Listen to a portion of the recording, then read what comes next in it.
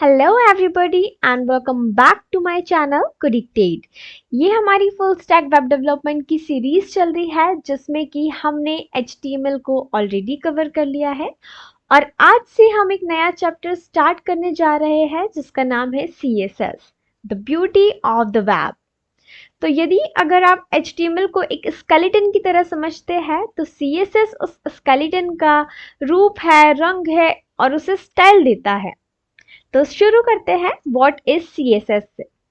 CSS का full form cascading style sheet होता है और जिसके थ्रू हम HTML के एलिमेंट को स्टाइल कर सकते हैं और उसे खूबसूरत बना सकते हैं। जैसे एक प्लेन वाइट ड्रेस हो और तुम उस पे अपना फेवरेट कलर, डिजाइन और एक्सेसरीज लगाओ तो वो ड्रेस तुम्हारी पर्सनालिटी दिखाती है। वही काम CSS करता है वेबसाइट के लिए। तो अब हम जानेंगे कि हम CSS को यूज क्यों करते हैं। बिना CSS के वेबसाइट होती है एकदम बोरिंग, सब एक ही फॉन्ट, एक ही कलर, कोई अलाइनमेंट नहीं, कोई डिजाइन नहीं। तो CSS क्या करता है? CSS बेसिकली कलर्स ऐड करता है, फॉन्ट का स्टाइल और साइज बदलता है, बैकग्राउंड्स लगाता है, पेजेस को सेंटर, लेफ्ट, राइट अलाइन कर सकता है, वेबसाइट को रिस्पॉन्सिव बनाता है, यानी कि हर एक स्क्रीन में हमारी वेब पेज जो है वो परफेक्टली विजिबल हो। और सबसे मजेदार कि ये एनिमेशन और ट्रांजिशन भी करता है, जैसे बटन होवर पे ग्लू करना या इमेज को स्लाइड इफेक्ट डालना। ठीक है, तो इन शॉर्ट हम ये कह सकते हैं CSS gives life to your web page. अब हम समझेंगे कि हम कैसे CSS को HTML से कनेक्ट कर सकते हैं।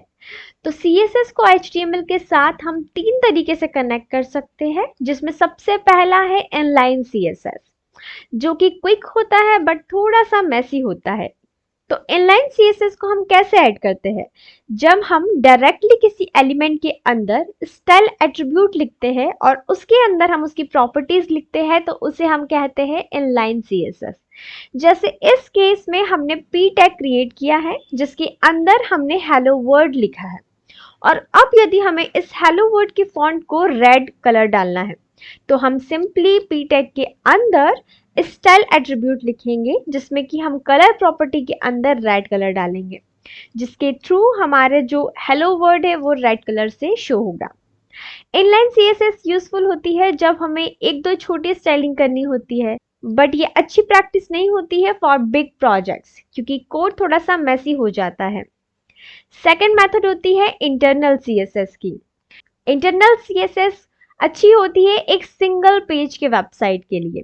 इसमें हम HTML के हेड टैग के अंदर स्टाइल टैग में हमारी जो भी स्टाइलिंग है वो लिखते हैं। जैसे इस केस में हमें अगेन हमारे यही हेलो वर्ड के फॉन्ट को अब हम करना चाहते हैं ब्लू कलर, तो हम हेड टैग के अंदर स्टाइल टैग लिखेंगे और उसके अंदर हम p टैग को लिखकर उसमें कलर डालेंगे ब्लू। इसके थ्रू भी सेम काम होगा, हमारा फॉन्ट का कलर चेंज हो जाएगा। इंटरनल CSS का डिसएडवांटेज ये है कि ये एक पेज के लिए तो काफ़ी अच्छा है, बट यदि हम मल्टीपल पेजेस में इसे अप्लाई करेंगे तो ये एक लिमिटेड हो जाता। अब हम बात करेंगे थर्ड और बेस्ट मेथड की, जिसे हम कहते हैं एक्सटर्नल CSS। एक्सटर्नल CSS में हम एक अलग CSS की फाइल क्रिएट करते हैं, जैसे कि इस केस में मैं बना रही हूँ, जैसे कि हमने index.html क्रिएट किया था, सिमिलरली हम style.css, यहाँ पर एक्सटेंशन होगा .css क्योंकि ये एक CSS फाइल है।